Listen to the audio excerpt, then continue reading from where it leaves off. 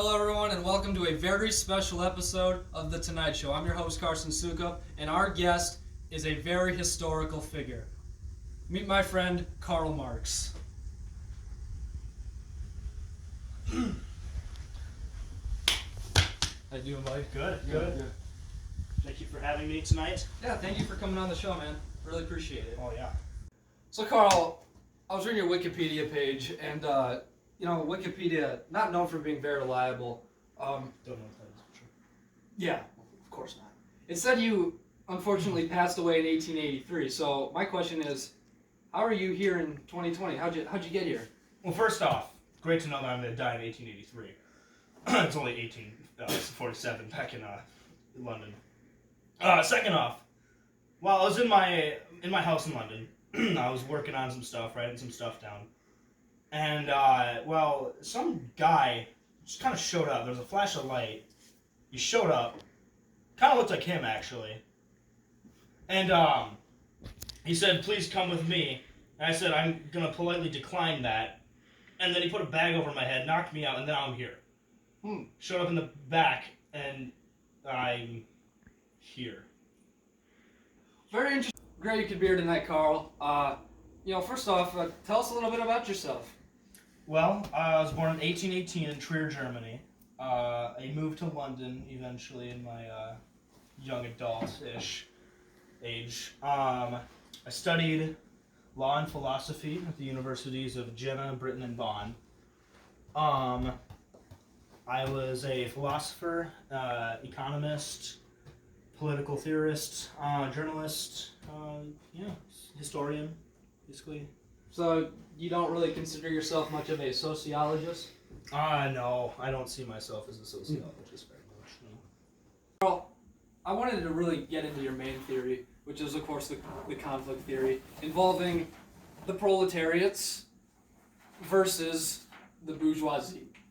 So, we'll get to the proletariats in a second here, but I wanted to talk about really the feng shui of the bourgeoisie. So, tell me a little bit about them. Well, the bourgeoisie, think of it this way. If you had like a factory, they were the owners. They owned the factory. They owned the workers. They made the money. They ran the company. The proletariats, they were the workers. They were the citizens. They listened to the bourgeoisie.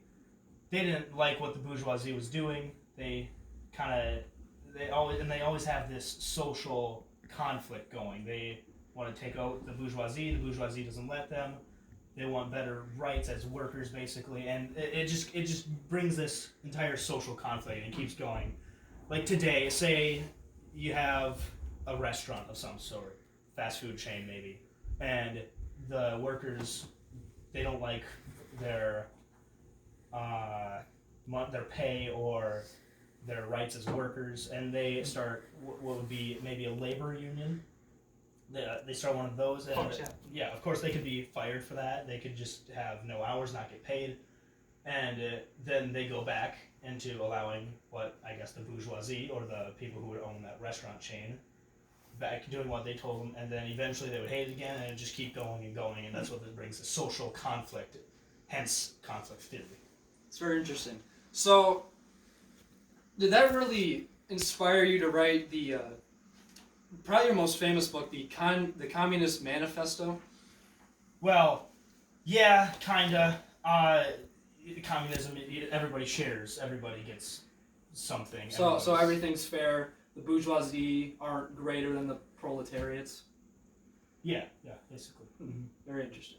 Another thing to get me I back. don't know. Back to the Future hasn't really came true. What's that? All right, I got you, Chief. Here we go now. Okay, cool. Yeah, cool. And that concludes this episode of The Late Night Show with Carson Sukup. Thank you guys for watching.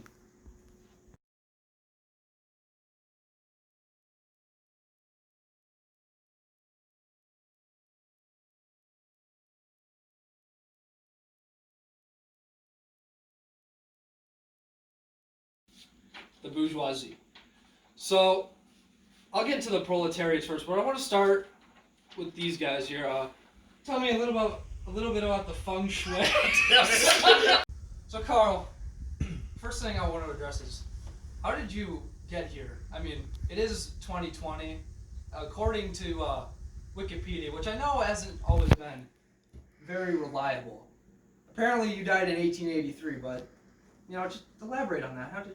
Why are you here tonight? Well, you see, what happened? I was in my house in London. Then all of a sudden, I saw a flash of light, and there was sparks. Something was going on, and then I ended up naked on the street.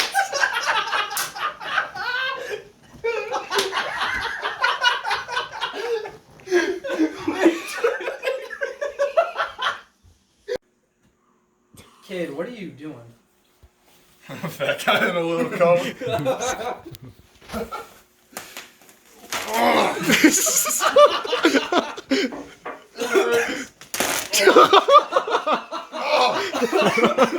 I spent all my water. You know it's a little tight in these parts.